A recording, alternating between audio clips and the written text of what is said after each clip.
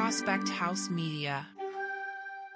And now, prepare yourself for the only weekly podcast you won't want to miss. Welcome to the Ameritocracy Show with Troy Edgar, live from our studios in Los Angeles and Washington, D.C.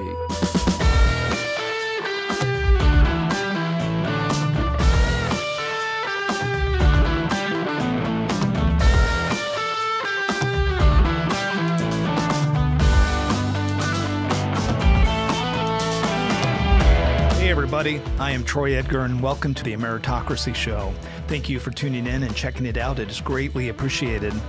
This podcast examines the conditions for personal and economic growth and opportunity across America.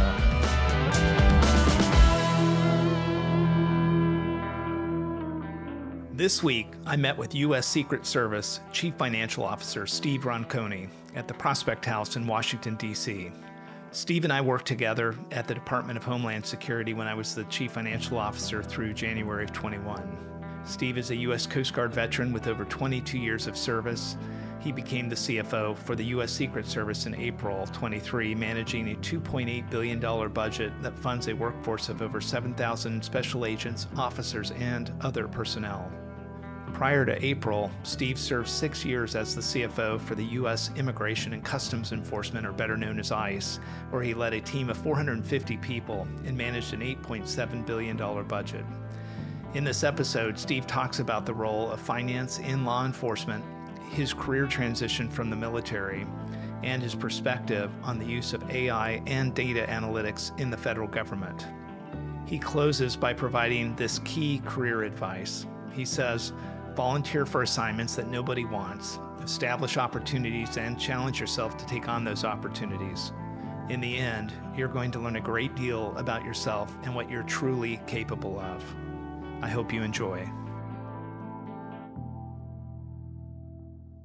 Good evening, Steve. How you doing? Great. Hi, Troy. Thank you so much for coming up here and doing this. I really appreciate it. Thanks for having me. Yeah.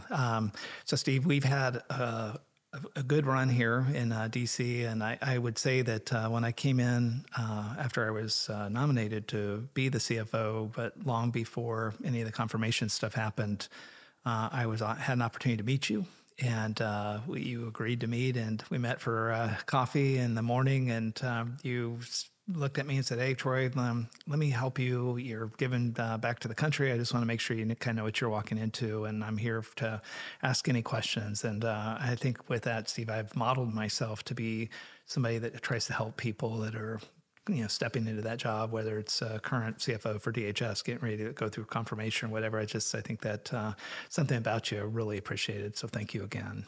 Absolutely. I was glad to help in any way I could. Yeah. So, once I did end up coming in to the DHS, you and I had a lot of opportunity of working together, but that was back in the day when you were actually the CFO for ICE. And for the listeners, DHS has about 23 components, and 9 of them or 8 of them are highly operational, ICE being one of them, Secret Service, Coast Guard, et cetera. And so walking in, you were probably one of the key CFO group people that I dealt with, and everybody at DHS was just so gracious and trying to make sure that I would understand the mission. Connections that we had, at that point, I was working with Tex Alice, who was the Deputy Undersecretary of Management, and he had just done a tour of duty as a director for Secret Service. Because him and I were kind of partners working through stuff, I got an opportunity to meet George Mulligan and work with Gwen Sykes, who was your predecessor for CFO. So it was a great, great experience over there. I know you being at CFO within Secret Service now, the leadership has changed up a bit there. Would you mind just talking just a little bit before we get into the details of Secret Service and what you're doing there? Yeah, sure. I've been there since April this year, and after finishing 6 years at Immigration and Customs Enforcement as a CFO, and I got a call one day and from the director in the front office, and the leadership had all changed out at Secret Service, and they were really intent in setting a new course, new direction, and really trying to meet the emerging threats and investments needed in the future for the service. And so they're very business-minded individuals. The top two, the director or deputy director, came from within the ranks, both special agents for over 20 years, a variety of different assignments. So they bring a lot of operational experience to the table. And our chief operating officer as well has some experience across a variety of federal government, including the service itself. And again, very business-minded, and I think they want to ensure their CFO, their next CFO, again, you mentioned Gwen Sykes, the previous CFO, been there for 11 years. So certainly that was a long time to be within one agency and see the cycle after cycle and the maturation of the agency itself. But they certainly wanted to make sure the CFO position had someone who was experienced in law enforcement, financial management, and really understood the mission. So I was glad to come on board in April and, trying to make the positive changes and support the mission, central theme here. Yeah. What I was hoping to be able to talk a little bit about is exactly into that theme is, the finance role within law enforcement. It's a little bit tricky. It's not your normal situation. There's a lot of stuff that goes on. Some of it is, general stuff that you would think that would go on in any large organization. Some of it, obviously, with Secret Service is classified, but in law enforcement in general, being the finance person, I could see where having a niche like you've been able to carve out in ICE and now Secret Service has been very helpful. I was also hoping to be able to talk a little bit about what it's like to be in finance in a high-profile component, and how sometimes things can change on a dime, the priorities change, and being the finance person, trying to make sure that the mission can be funded and is working within the appropriation guidelines, kind of an interesting perspective. So we'll get into that a little bit. And then probably the last area that I thought would be fascinating for the listeners is, the Secret Service out there in your role. And I know the role that you played at ICE when I was there, you were always forward focused. You looked at the organization from a process, system, data, and you're like, how can we innovate and do better or do more with what we have? And so I was hoping to be able to pick your mind a little bit on innovation in law enforcement, especially around some of the developments coming up around AI and big data and analytics that you see out there. So anything that you would be able to share with the listeners, what I'd like to do, if you wouldn't mind, is just a little bit of an overview, introduce yourself into the audience here of where you were born and your origin story. Sure. Central Mass, was born there, and small town. I was the youngest of four in my family, two older brothers and an older sister. So I was heavily influenced by my siblings, and we grew up in a family that was stressed education, stressed athletics. And I really followed my two older brothers, and so much that my brother Rich, he went to the Coast Guard Academy in Connecticut. It was only about an hour drive down the street in Connecticut from Massachusetts, and so that's how I went to the Coast Guard Academy. And I think we talked about before. I did 22 years of active duty service in a variety of different functions and positions. And retired from the Coast Guard in 2017, and almost immediately went into continued service as a civilian at ICE, as we mentioned earlier, in the senior executive service. Finished up that at 6 years back in April, and then transitioned over to Secret Service.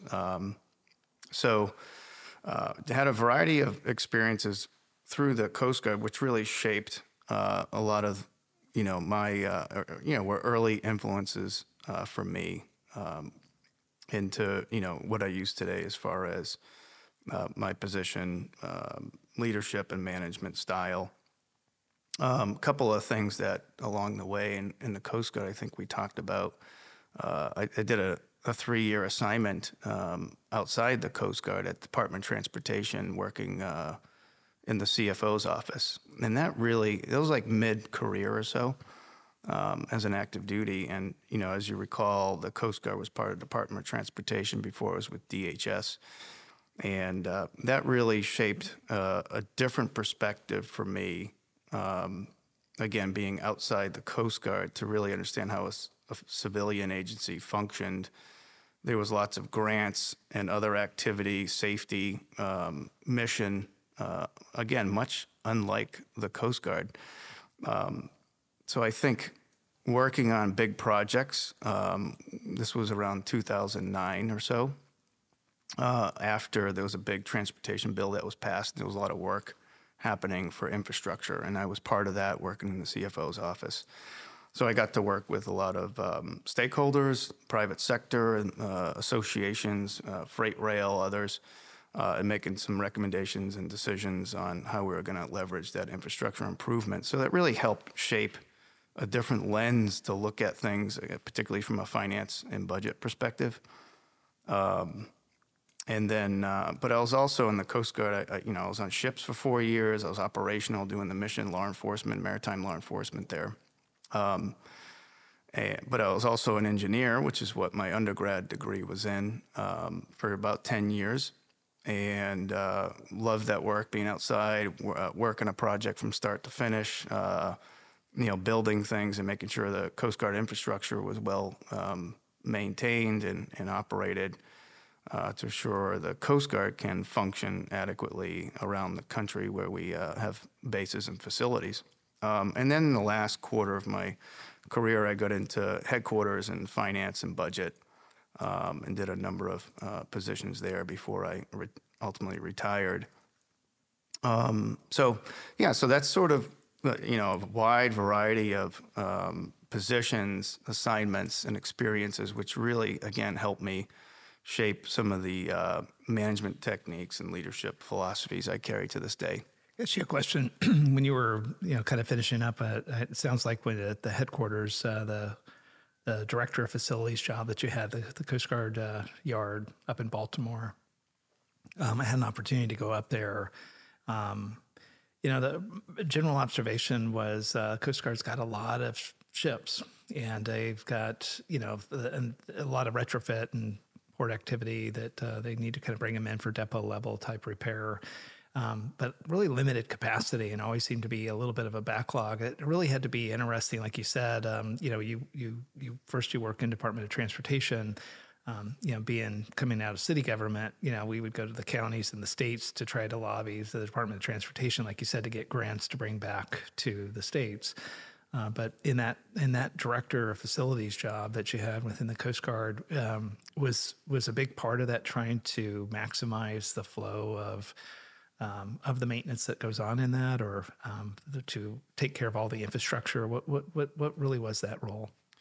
Yeah, that role. Well, we had also a naval engineer who managed the shipyard work. So we worked together to support that mission.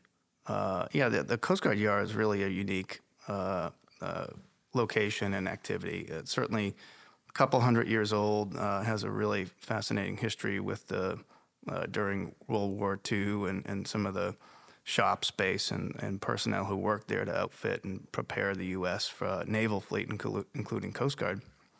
But, as a base engineer and director of facilities, we had some old infrastructure, steam lines that dated, 60, 80 years old, buildings that were, again, built in World War II era.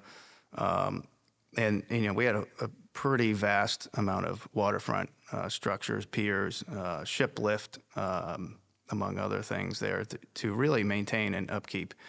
And that took a lot of manpower, a lot of planning and budget and programming.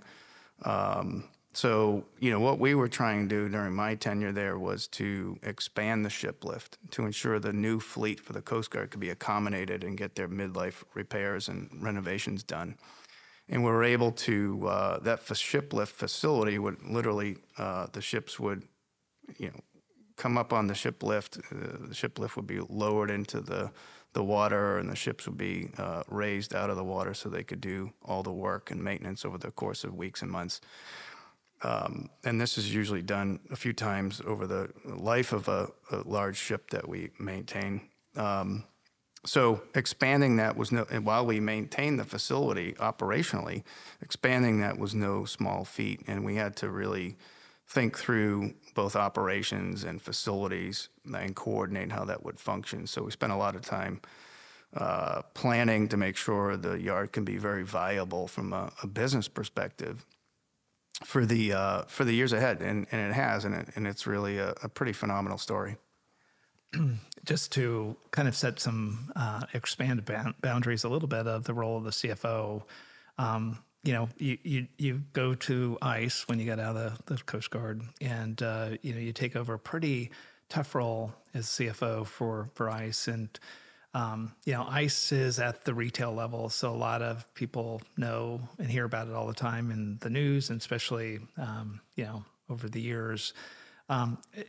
Talk a little bit, without getting into too much detail, but talk a little bit about your experience at ICE. And again, what I'm trying to follow here is a little bit of a theme of finance and law enforcement, and being in that role as the CFO. And my experience with the team that you had built over there, great people. You had an excellent team in place, but it was a conditioned marathon crew. I mean, they definitely had an ability to kind of react to things in real time, very professional.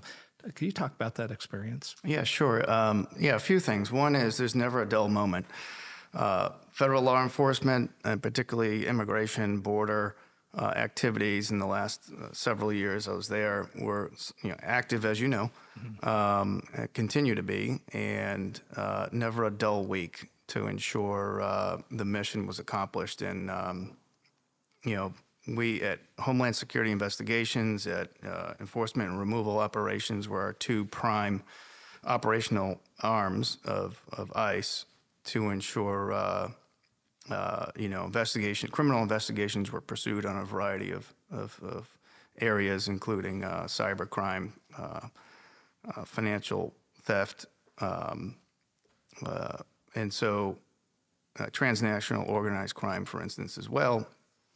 But at the same time, we were working hand in glove with CBP on border-related matters, immigration matters, and so making sure, from a CFO perspective, our federal law enforcement officers were trained, well-equipped, had the tools and equipment necessary, whether it was law enforcement vehicles and equipment such as body armor, weapons.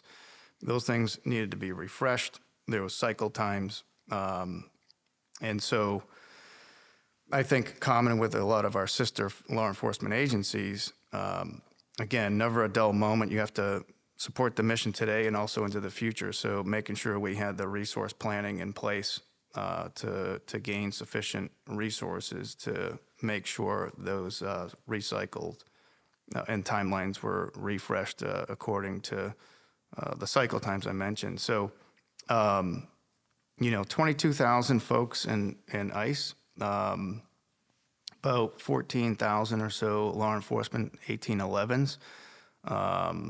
And so, again, never a dull moment. I think, and again, Secret Service, very similar. You get a law enforcement, mission-oriented, operational, week to week. It's dynamic, and you're responding to resources, needs, changing environment, emerging threats and landscapes. So trying to resource that and plan accordingly becomes challenging at times. So you have to be really forward-leaning, as you mentioned, and use all the authorities and capabilities available to us to make sure we could meet mission. When I was in DHS, you were very gracious as the ICFO. You kind of set me up on 2 trips to kind of allow me. And I think, and I'm going to get to like your style of taking on large organizations and how do you get it. But I think it was really instructive on, the guidance and the mentorship that you provided me. Is you sent me one time up to Baltimore, and I got to see the real lives of a detention facility and an immigration processing facility. And, and the business problem there, without, this isn't a show on policy, but the business problem as a finance person is, the number of beds and how many people you can maintain depends a lot on the policies. And, when you turn them up, you have a lot of people you need to take care of, and when they go different directions. And I think it was a tough one on the finance side, because you had to figure out how much capacity could you buy and how much excess capacity could you afford to maintain. Because as the headquarters CFO, my role was to take money from you sometimes to use in other places if the amount of capacity that you were planning on wasn't being fully consumed. And so a lot of our very healthy and positive working relationship was to have discussions on how to do that. So that was on that part of it. And so Baltimore, it was really interesting seeing that. And then another area of opportunity was down in San Diego.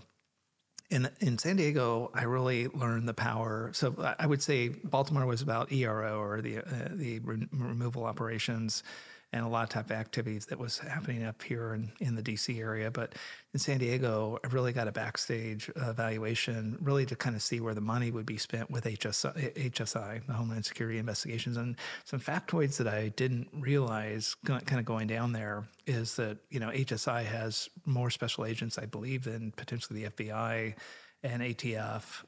The way that they're staffed, they definitely do a very special, because of their transnational border authorities. They're one of the few law enforcement that can actually go and work in other countries as crimes are being brought back into the U.S. And so significant role with them on CBP, significant role with them on the border with the Coast Guard CBP. And I remember, and I think he did this to me on purpose, but I remember flying back to DC after that, going, the budgeting and the financing part of that had to be just really tricky, because at least bed detention, you and I could argue about facts, but down there you have situations that are not predictable. And so I don't know. I don't know. I just say that, like I said, as a protege kind of coming in and hearing, and you taking me for that, I really appreciated that. Any other observations or things that, you would share about ICE before we move on to Secret Service? Yeah, I guess, Troy, you were very good as the DHS CFO who, had some difficult decisions to make as far as, making sure we had resources for all the components and the mission sets. And I think that's one of the most challenging parts of it, is that, all the law enforcement components every day have a dynamic operation, and trying to plan 2 years out for what you think is going to be the threat or the need to put our officers and agents in the best position to counter, prevent, or deter criminal activity. It's a growing landscape. The bad guys are getting better. They're using a lot of the same tools, right? Social media,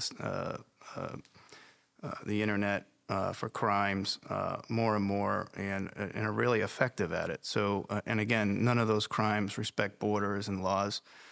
And so, I got to hand it to the agents who are continuously trying to stay ahead of that. And again, they're looking to the CFO organization to provide that value-added and necessary resource, flexibility, creativity, and innovation to make sure we can bring to bear, the tools and equipment they need to accomplish the mission. I think that was, evident in both HSI and ERO with those mission spaces. As we kind of start to make a transition into the Secret Service, so it's been about 7 months. You transitioned over there in April.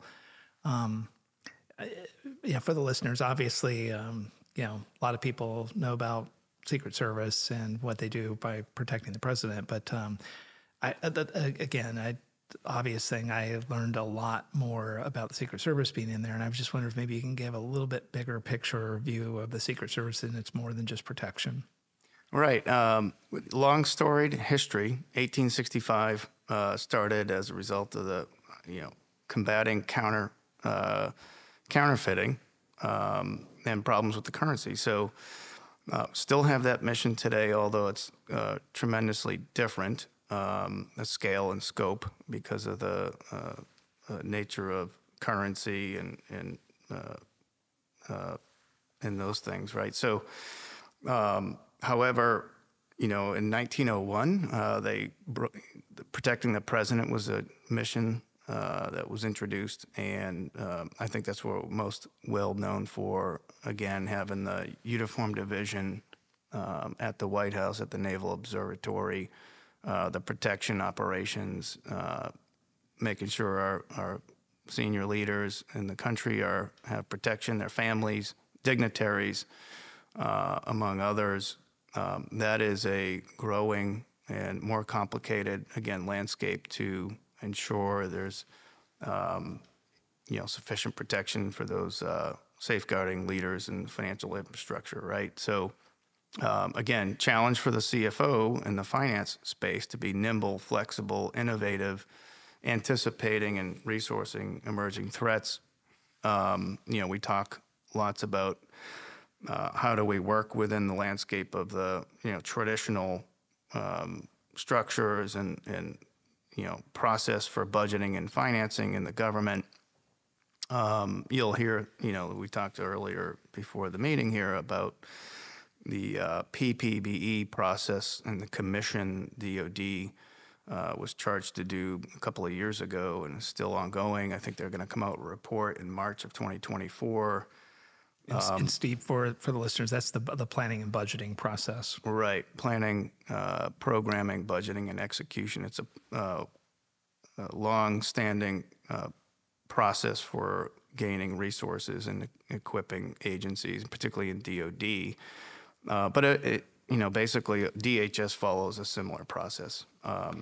So I think that's really important because it's going to, they're tackling the same issues. How do you plan 2 years in advance for, military operations, which are highly dynamic with the amount of conflicts worldwide, the advances in cyber technology and other things really need to be, the government needs to be nimble to be able to resource, technology and equipment and tools to put in the hands of the frontline officers, agents, and the military as well. So I think a lot of those things are very applicable to law enforcement agencies. Secret Service is no different. It's interesting, for me, like I said, in everybody's career, they kind of go back to things they've picked up along the way to try to help them do better in the job that they're in. Sometimes it's on different scales. And, when I've been back home, I definitely remember the hardest part about trying to budget for police was all of the equipment that they have. And I remember being at DHS, my kind of deja vu moment was, how much vehicles and support equipment and all this stuff and, and trying to get it, to a modern state in different areas. And I remember thinking capital budgets on steroids so that was one observation of being there at the Secret Service or seeing that firsthand. The other observation that I had was, working with Tex Alice, who was the Deputy Undersecretary of Management, and he'd given me the backstage tour of the Secret Service because he did a great job over there, and he would we'd spend a lot of time looking at some of the different stuff going on, and I think what opened my eyes through that process is that they would basically started putting out like vignettes to the media to show a lot of the financial crimes that they had solved, and just like you and I had the discussion before this interview, we talk about the Coast Guard. Obviously, we both have a significant appreciation for the Coast Guard. But, what mission of the Coast Guard don't you like? Everybody likes every single mission. And at Secret Service, a lot of people just think of it protection. But that organization has a lot of financial needs. And so something I thought that was really smart that the Secret Service started doing with these vignettes of showing the types of activities of the financial crimes and how much they recovered, I thought was a really efficient, effective kind of public relations. And I don't mean public relations to make them like be the coolest thing around. I think it was public relations to understand where a budget needs to be, balanced in that priority, when people are trying to defend all the, encompassing budget of Secret Service, they can't forget the financial crimes portion of it and the amount of resources it takes and what the things that they were going through. And I don't know if they're still doing that over there, but I just felt that was very interesting. And I would always learn more. It's like, man, I really had no appreciation of all the work outside of protection that Secret Service does. Yeah, that's right. And I really give credit to the special agents and working those criminal investigations week in and week out. There's a lot of activity to go after. There's a lot of fraud, a lot of financial theft, and there's ongoing investigations. So again, to support those investigations, which could take weeks, months, even years to make a case with attorneys and district attorneys, it takes a lot of work, and it takes technology and information and partnerships. In fact, when you talk about Secret Service, I mean they have a really strong partnership with state and locals, and they have to. We have an integrated mission, which means the protection mission spans. There's travel happening. There's 50 to 60 agents traveling every week in support of protection missions across the globe. And so having our field offices around the country support them and polling individuals and agents to be able to do, advanced work and support work on the ground is really important. So, there's a really good matriculation from an agent when they start and when they matriculate through their careers to bounce back and forth between being in the field office at headquarters, working programs, or working a protection assignment. So, again, Secret Service has a fascinating, background, history, and to stay on top of what's out there and what's emerging is really important. And I think from a CFO's perspective, that's what we talk about a lot. And I'll give you another example for the UN General Assembly every year in September in New York, where we get several dignitaries from across the globe, and that's a national security special event.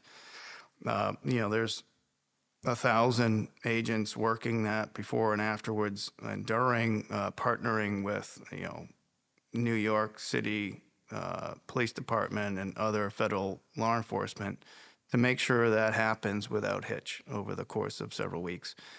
And those things are all behind the scenes, but it takes a lot of work, a lot of logistics, and a lot of resources to be able to make that happen successfully. Yeah. If I switch a little bit on the kind of the CFO perspective for the careers in law enforcement, and I look at some of the federal innovation that I see kind of happening across the government, career in this time, finance career, usually it's one that, pretty predictable. There's budget cycles. They go through a period. There's replanning and reprogramming, and then the next cycle. But everybody, it's pretty standard, probably in a FedCiv type organization on law enforcement. But I know in our interaction time when you were at ICE, I would be calling you at 10 or 11 at night. We would have to be in 5:30 in the morning the next day to talk through something. I'm sure Secret Service, there's a lot of different stuff going on. And I guess just pacing yourself in the career in finance, anything that you think would be helpful, and how do you deal with that and maintain some balance in trying to offset such an important mission? You just can't kind of turn the phone off and put it on the side and say, I'll get to it tomorrow. Yeah, it's a good point, and I think from the budget perspective, particularly, and in so many ways, the financial management perspective, there used to be cycles. Now with continuing resolutions, and here we are coming on 90 days in our continuing resolution for 2024.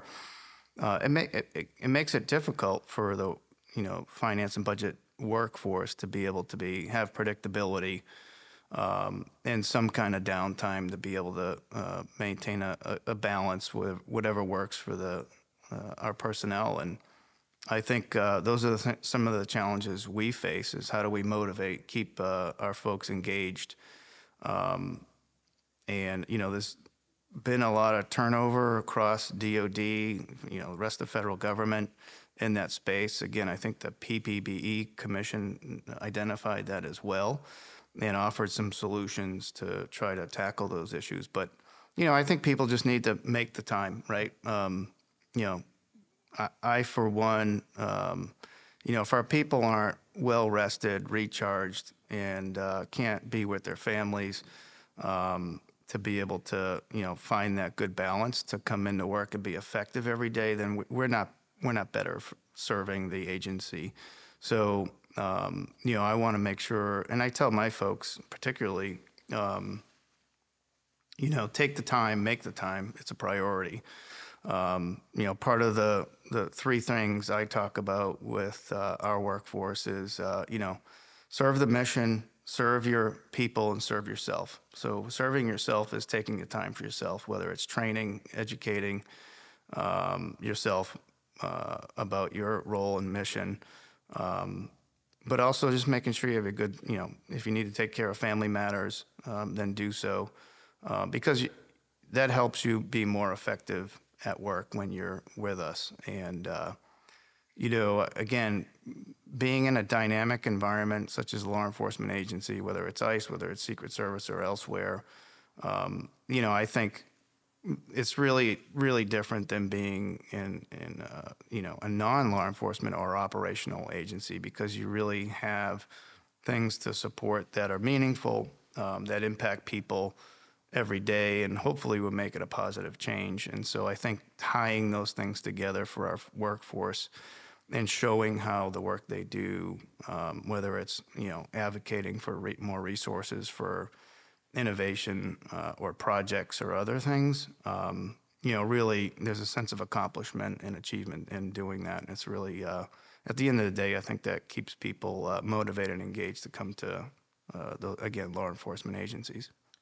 A question for you, Steve. So a lot of people that aren't in federal government, and they hear CFO and the CFO role having to get involved in like really important strategic and sometimes tactical mission changes. And some of the, and I guess I'll just personalize it. People ask me like, really, Troy, you're the finance guy. Like what, you're going to bring the checkbook. Like what is your, so I always try to portray a little bit of the use case of why finance in federal government is so important is a lot of times we're like the referee in the football field. It's like the business, the operations, the current administration, the issue of the day requires a pretty significant change of something. We have, it could be something at the border. It could be, if something came up and we need to figure out how to do it. And then I think when we talk about our late night calls and coming in at 5:30 in the morning, a lot of times it was like, they want to use this money that was set aside for X and they want to do Y. You're the finance guy. Are they allowed to legally do that? And if there's shades of gray, work with law or the legal folks. If there's shades of policy and meaning and intent and spirit, work with the appropriators. If you're really still unsure, work with OMB. And so, and that is the business side of trying to make policy decisions in real time that are legal. And so, any other use cases? What I try to do through this podcast is to give people a perspective in different vocations. Today we're talking CFO, but a lot of times, like I said, Steve, just trying to give people real live examples of how a CFO in a federal mission really becomes so critical, especially in pivots on policy. Yeah, I think you hit it on the head. You really have the CFO. You have to really translate and be able to navigate some of the vagaries of the process you just described, whether it's working with OMB, Congress and their staff, and even the department. Each one of those stakeholders have a key aspect of in navigating through to get, making a case and a justification for those resources for your mission. And so I think the CFO role is sort of pivotal to be able to bring that all together and, boil down what the frontline mission, and the agency leaders are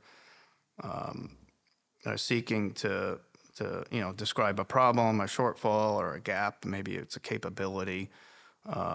And there's, many different ways to approach the problem from how do we resource it. So that's where we could come in, use experience, and, talk about things like reprogramming and, other authorities available to achieve the end result. And so, again, that's where that innovation comes in, experience. I think, we try to hire, what I try to do for my CFO organization is hire a lot of diversity, people who have seen more than one agency, been through different types of cycles, different types of funding schemes, multi-year, single-year funding. So there's lots of different ways to bring an option to the table and a recommendation for leadership to pursue. And I think that's what's helped me, is to sort of think at it, think through some options that might be feasible to resource the issue at hand. So, Steve, let's pivot to a little bit of the innovation arm of obviously. Across government right now, pretty significant. I would even be on the borderline saying exciting period of history here with the federal government. Is if you're not into it as a wonky policy finance guy, you should be into it with the amount of taxpayer money that could be saved if these innovation and breakthroughs actually can get ported through. And you and I've had discussions outside of here of a little bit of the areas of opportunity, but it just in general, especially in the field of finance, general, AI or generative AI and traditional AI and some of the consumption models that people are starting to look at. Can you give your perspective right now on the state of CFO and innovation that you see it from your perspective? Yeah, really good. I think, one of the things data analytics and AI, right, have been in the news for quite some time. But yet the government, and as well as others, are still trying to figure out how do we best leverage these tools, technology. I talk to my workforce a lot about the traditional core business line of finance and budget. We need analysts, we need accountants to do the work and provide the reports and auditability and things that are required by the government. But what we need to do as well is really understand the volume of data that we're consuming every day. That's both finance and budget data, and telling a story of what's happening with those resources. And so, you see a lot of work on financial systems and integrating those business systems to make sure procurement data, property data, financial data can be easily extracted, manipulated, and understood and presented. So there's a lot of work in that space right now that will continue to be a big issue for a lot of agencies, businesses alike. So again, I'm trying to cross-train folks so we have sort of data analytics embedded in our workforce. So what that means for me is, again, what's the value proposition of the finance and budget data we're collecting and reporting weekly, monthly, quarterly? What is the story? How are we doing against what we planned versus what we actually spent? And then making the best case for, what we need in the future. So the better our accountants and budget analysts can be at sort of picking their head up and seeing that, and when they consume that data, the better we'll be able to be presentable, or I should say presenting leadership options and facts and a way ahead for, meeting the operational and mission support capabilities. When it comes to AI, I think, we want to lean into that as heavily as we can to be able to drive down some of the cycle times for, let's take an example like congressional requests for information, budgetary information. Lots of data calls come in every week. It takes a lot of work to navigate through our systems, our databases, put together a coherent response, drawing upon real data, and then getting it cleared to go out of the building back to whoever asked for the information. And so if we can have generative AI tap into that, or chat GPT like systems, mine are, ask the question, comes back with a draft response. We could do a quick review, and then we could just really drive down a lot of the work that's traditionally gone into that, preparing that response. I think we'll be better off, and it'll allow the workforce to do more qualitative, work that's more, it's not mind-numbing or soul-crushing, so to speak. And we could get to, better recommendations going forward on how we're using our resources. It's interesting, Steve. So, within IBM, being a veteran too, it's kind of interesting what we do with the veterans. And I something that I saw the use of AI and the application of this really was touching is they took the process to be able to have people that want to apply for benefits. And they would basically used to be filling out forms, sending in, going on websites, filling in stuff, and it would all be in a file. And somebody would have to collect that file, and they'd try and reconcile it. Hey, I got everything. And then they'd go start chasing down, hey, does this person qualify for this, that, and the other? And then they eventually get to the end of, of that process, and they would have questions needing to go back and forth. And it would take 6 months to go through the process to get benefits approved. And, one of the projects that they did there is they actually automated the front end of that to collect all the data. And they used AI to optically scan and read the information and put it up into kind of a common data model. And then what I thought was really interesting is that then they took predictive analytics on top of that. And they said, look, for somebody that was serving in this geographic area with this MOS, potentially at that time, potentially was exposed to this, and they would be able to do a predictable model of greater than 90%. And then, like you said, they would then use the outcome of that through boards to make sure that it was accurate and not, being biased. And then eventually, once it was certified that it was accurate enough to make mark, then they were able to kind of put it more into production. And they took the timeline to put application of people wanting to try and get insurance from 6 months to like 2 weeks. And, as a finance guy, when I look at something like that, and, like you said, whether it's, questions from the Hill, at FEMA, I remember I used to work a lot with FEMA folks, and I would see these audits that have been open on FEMA grants given 10, 15 years ago that still aren't closed. And I kept thinking, man, they could consume all of the audit artifacts and use a process, with a pretty high degree of provability first and try to close these things out. And that's real money sitting on the side as a finance guy that has been put out there, sort of like your checkbook. You kind of keep money in the checking account because you got some unclear accounts that need to be kind of closed. But once you clear those up, you can kind of either do something with that money or give it back. And I'm sure in your mission, it's just got to be pretty exciting. Like I said, for the time being, and I think a lot of people are concerned, but these, especially around generative AI and using the consumption of big historical data. And, the one thing the government's been great at doing for years is creating volumes of data.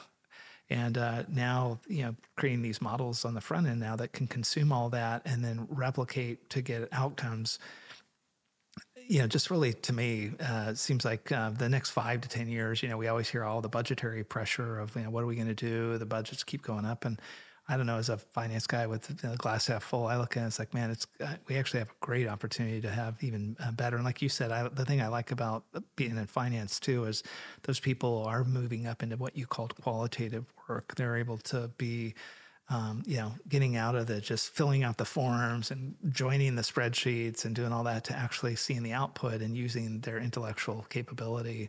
And I've got to think, I don't know, you probably see this more than I do, but the job satisfaction probably goes up too. Yeah, absolutely. We see it all the time. And I think, you said it, there's a lot of exciting times ahead to see what this technology will bring to bear and really drive some of the value added engagement activities in our finance and budget space. I think there's there's a bright horizon. I think there's a lot of opportunities with, again, lots of the data we talked about to exploit, interrogate, assess, and to make a case. And I think we're looking for those types of people who thrive in those environments. And there's plenty of folks out there who are coming out of schools today. We see a lot of students, a lot of interns, and there's a lot of good work coming out of those folks to bring to bear what we believe is going to be the future in our CFO space. So it's exciting. So Steve, as we kind of get here to the closing, what I'd like to do is to give you kind of an opportunity to provide the listeners with some insight. A couple of different things that you and I have been talking about. The bigger picture career of finance and law enforcement's been very interesting. I think that you've also kind of talked a little bit about transitions. You're the CFO for ICE, and you got to move to Secret Service. The problem is they can't just let that ICE job be vacant. So when you get to a certain level, you've got to be conscientious of not only career planning for yourself, but what you leave behind for that organization you shepherded for 6 years.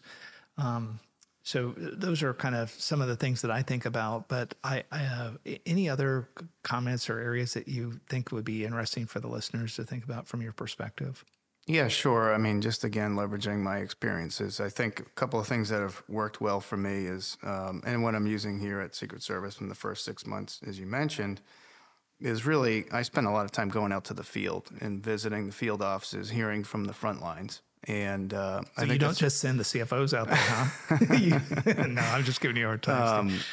Really to be able to understand the mission and what those needs are from the front line officers and agents is really important. We were talking a couple of weeks ago to the training center for the Secret Service. Is a big training center in Maryland, and trying to establish a mission orientation program that, before they come to CFO, new employees, I'd send them out to the training center for about a week, maybe two, and just run the gamut of all the training programs that they offer, and there are a lot, to understand what the graduating special agent graduating classes are going through, the different, scenarios and tactics and procedures and, equipment they use, because that will form the basis of how you support the mission as a accountant or a financial analyst or a budget person, because all those issues will come to bear as you're supporting those operational directorates in the future. So I think that's really important. It's worked well for me to just get out, understand the terrain best, level sets for me how to really pinpoint the priorities. A couple of the things that have worked for my career is really volunteering for the assignments nobody else wants. I think, establishing opportunities and challenging yourself to take those opportunities. Sometimes it's, tough to get out of your comfort zone, or you don't feel like you're an expert, or you wouldn't do well. But I think, if you go with the right approach and get a little uncomfortable, in the end, you're going to learn a great deal about yourself and what your capabilities are, and you're going to have some different experiences that you may bring to the table in a position in the future that will work very well for you. So, and then, again, going back to some of the leadership core philosophies, just taking care of the mission, taking care of your people, and then taking care of yourself. I mean, those are three things I try to emphasize when I can to the folks, especially the junior folks coming on board, and I come across every day. Yeah. Yeah. It's good to see you. Like I've said, I'm giving you a total compliment. I think you were very instrumental in helping me get my bearing around ICE, and then at the very beginning, get my bearing around Homeland Security. So I've been very appreciative of you. True mentor to people that you work with. And, I can say firsthand, a lot of people have a tremendous amount of respect for you. And I really appreciate you taking the time this evening to come out and be on the show today. Thanks, Troy. My pleasure. Yeah, thank you. Well, you take care of yourself, and thanks again. Thank you.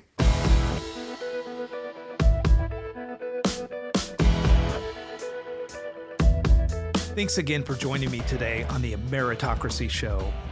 Be sure to follow me on social media and our website at troyedgar.com, where you can get more information and sign up for my weekly email. I hope you have a great week.